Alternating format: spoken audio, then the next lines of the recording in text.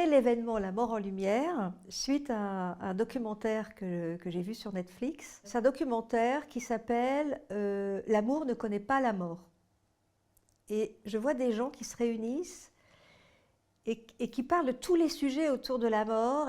Et il se passe un truc, c'est gai, c'est beau, il y a à la fois des moments de mélancolie, des moments d'émotion, des moments de joie. Et je me dis, mais où est-ce qu'on a ça en France? Et je cherche, et je vois évidemment des colloques, je vois de temps en temps des choses qui se passent sur la mort, mais c'est toujours d'abord, vous savez, en France, on fait tout dans des tiroirs, hein. Donc c'est soit avec le monde de l'invisible, soit c'est sur la fin de vie, soit c'est... Mais je vois pas ce que j'ai vu, je vois pas quelque chose où en fait on peut parler de tout, et qu'il n'y a pas de jugement, et que personne ne défend bec et ongle une croyance ou une conviction, mais que tout le monde partage.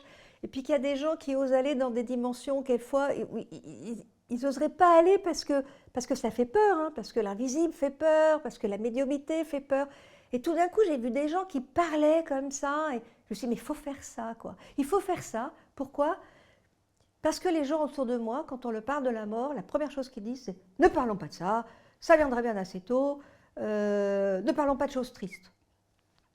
Et je me dis, alors d'abord, on va tous y aller, donc c'est peut-être triste, mais c'est comme ça, et en même temps, si on n'en fait pas quelque chose d'autre, et puis surtout, si on ne partage pas avec les gens qui nous entourent, sur ce que ça nous provoque de peur, ce que ça nous questionne, même si on ne croit pas à l'invisible, même si on ne croit pas à la vie après la mort, tout le monde s'est au moins posé la question une fois, où tout le monde s'est dit « j'y crois pas », d'un air de dire « mais peut-être qu'il pourrait y avoir quand même quelque chose ». Enfin bon, mais si j'en parle à quelqu'un qui est médium, il va vouloir m'accaparer pour absolument que j'y croie. Donc j'avais envie de créer un endroit où ça ne se passe pas comme ça, où c'est bienveillant, où c'est joyeux, où on peut rire et en même temps s'interroger et en même temps vivre des expériences, puisque là, ce n'est pas un symposium, hein, il n'y a pas des gens qui parlent et d'autres qui écoutent, hein, on fait des expériences, on fait des ateliers, on parle de la fin de vie, on parle de l'accompagnement au deuil,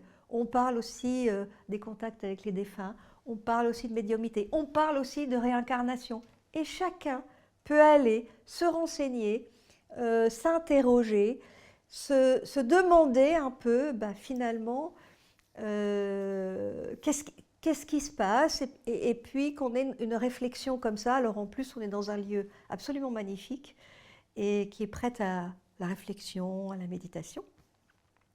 Et je pense à l'amour, parce qu'il y a quelque chose qui me touche. C'est la deuxième édition, la première édition était plus petite, là on est très nombreux.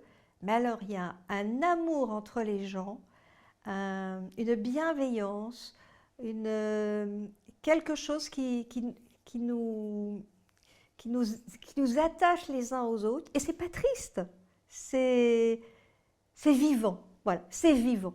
Et parler de l'amour de l'amour et de la mort dans le vivant, pour moi, c'était la chose la plus importante parce qu'on ne peut pas séparer la mort de l'amour. Voilà.